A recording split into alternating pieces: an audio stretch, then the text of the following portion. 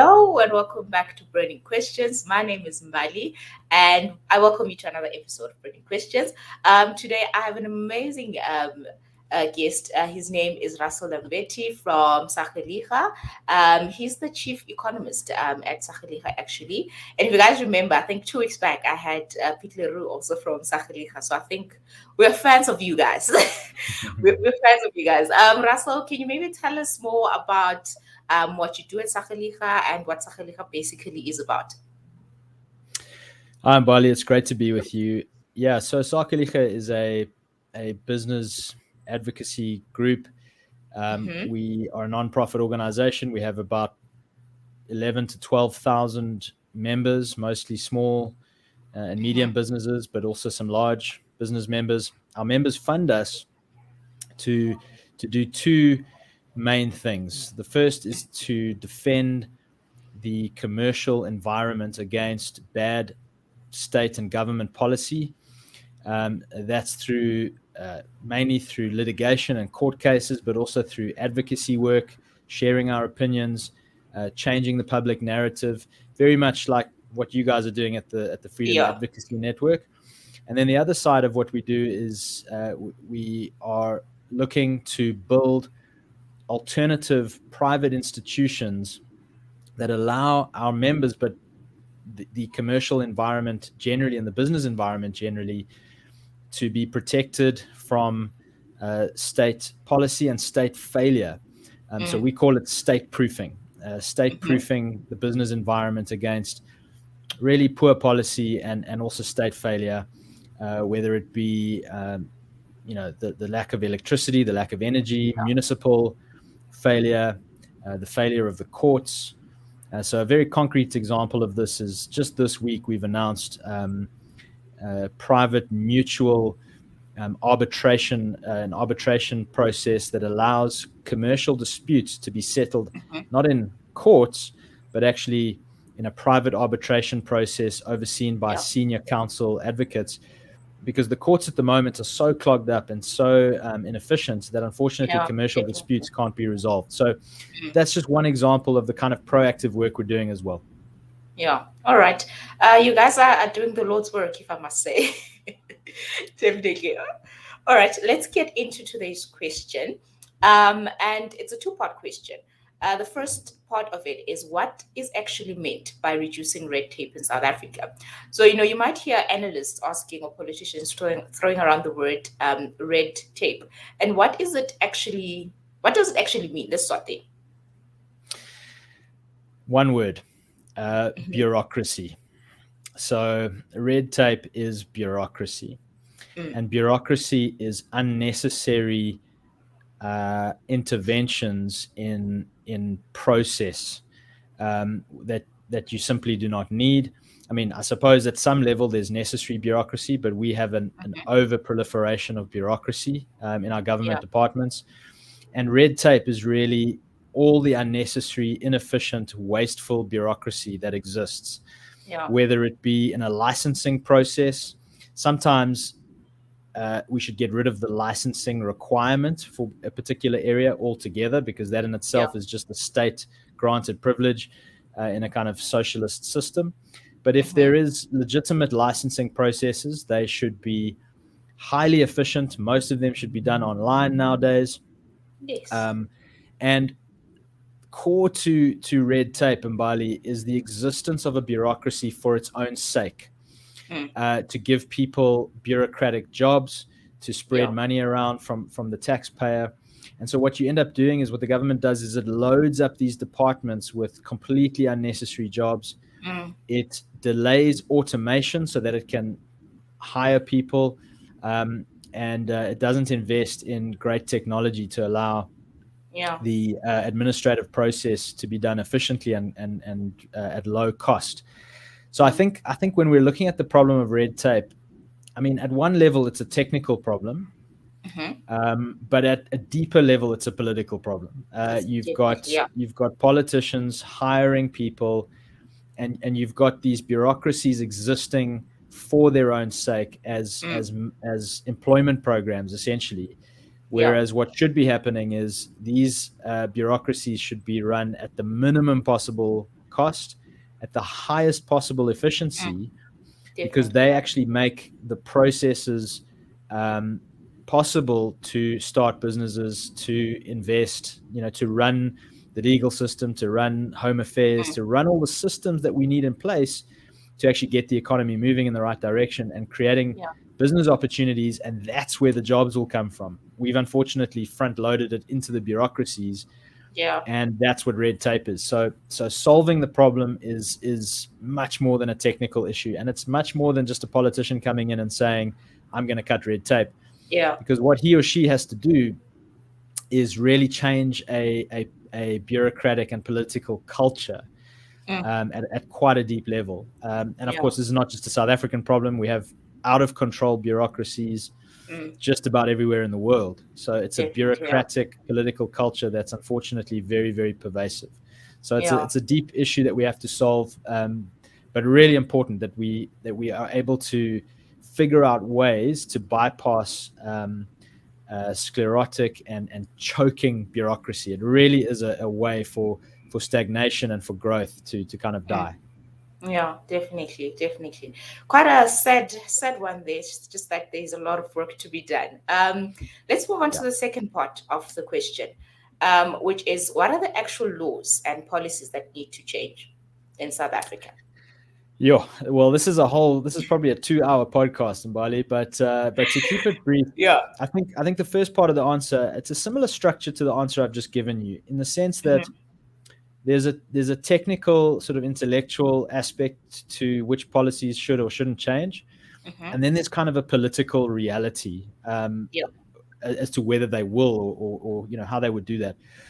So in one sense, we can certainly talk about what needs to change, and I suppose we could hope that through the political process, through pressure groups, through civil society, through just the reality of South Africa being a stagnant economy with very little growth, that the powerful politicians, that the people in positions of policy making see our perspective and change policy.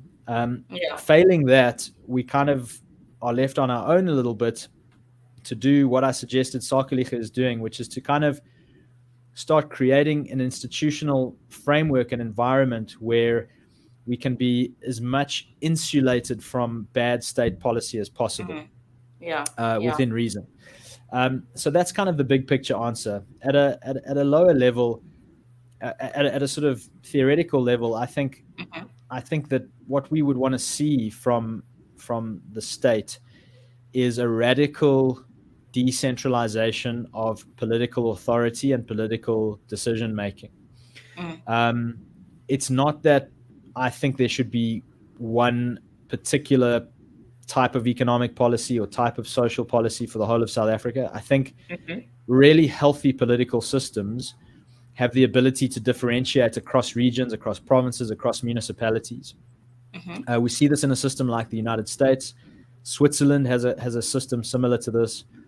And so decentralizing political authority and decision-making power away from Pretoria and away from these big national departments. So policing would be a very good example. The most effective policing, and this has been shown for hundreds of years, happens within communities by community police. Community police invested in their communities, accountable to their communities, with budgets that are appropriate and with methods and kind of resources that are appropriate to their local communities. Definitely. So policing could be a decentralized function.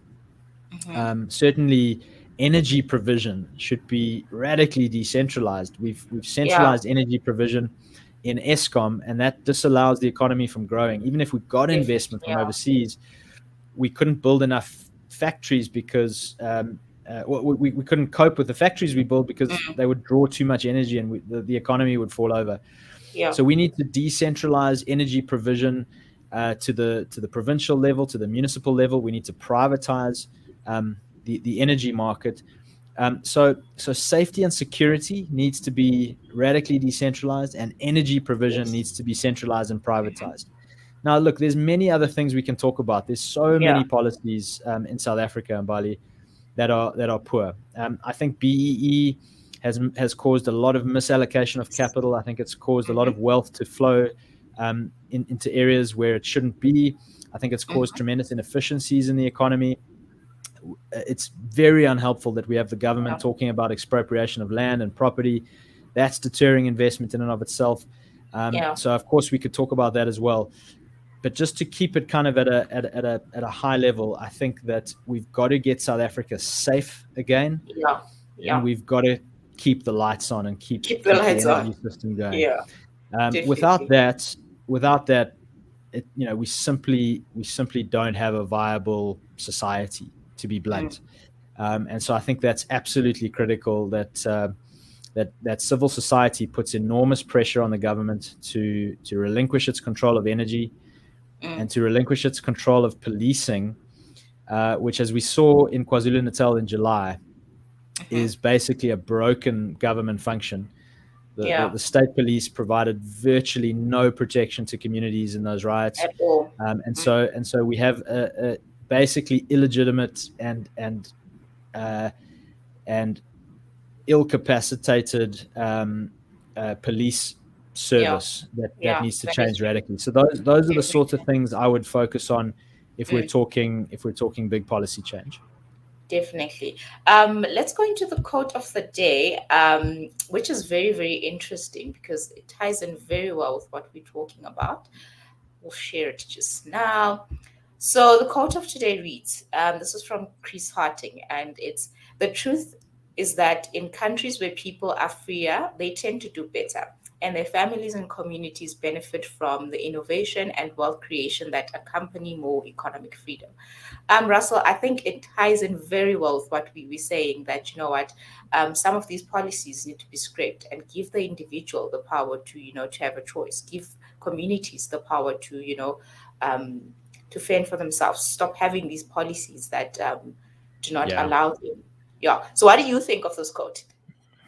Well, it's a great quote, but I'm biased because I like Chris. I'm a good friend of Chris. So no, but he's absolutely correct. And Yeah. I think we need to uh, more and more we need to inculcate this narrative that a lack of economic freedom is really a distrust of the Mm. people by the ruling elites. Essentially, Yes. when you strip people of economic freedom, as we have done in South Africa for many decades, and certainly in the Definitely. last Yeah. uh, the last 10 to 15, 20 years, um, you're essentially saying that you don't trust the people of South Africa, you don't trust Yeah. communities, you don't trust households to make good decisions for themselves, Mm. and yet the evidence is absolutely overwhelming